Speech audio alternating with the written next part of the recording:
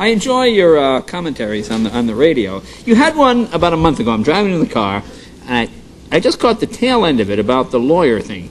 I actually, you said you're going to bring something. Yeah, I did. The story here was about a lawyer in Texas, a man by the name of Brian Garner, who tries to help other lawyers to write better. Yeah. You know, the problem, see, poets, when we poets write, we try to have it rich with meaning, as many meanings as possible.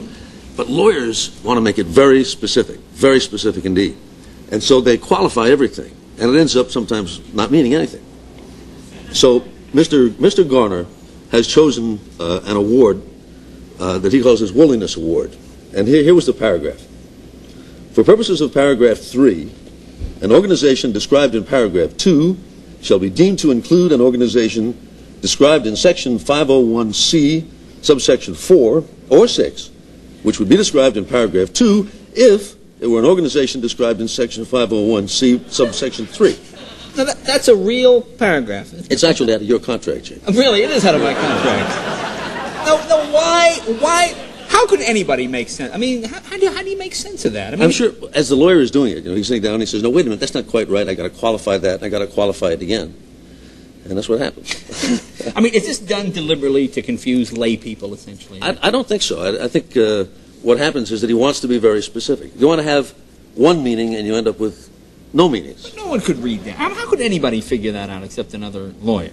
Well, in fact, I think that no other lawyer could figure it out either. I guess there are times maybe when you're writing a contract and you can't get together. I mean, you say A and I say B, and so then we work out language that you can accept and that I can accept, and that neither one of us has any idea what it means. We'll cross that bridge when we come to it. Yeah. Wasn't there another winner you had? Yes, this is a different award. This is the What Language is This award from Mr. Garner. Oh, there's another lawyer speak. Yes. Okay.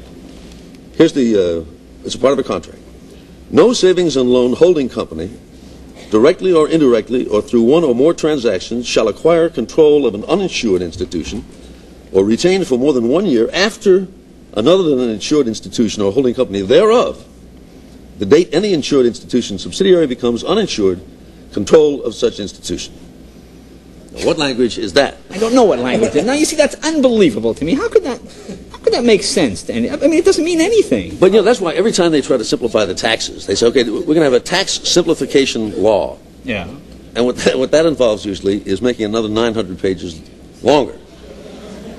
That's what a tax code looks like that. I know. I always hear about these people who want to rewrite things in law, but lawyers encourage this type of thing, don't they? I mean, don't they want to make it more complicated just so you have to go to another one of them to read it? This lawyer, Mr. Brian Garner from Dallas, he has this outfit called Legal Pros. He tries to make it easier.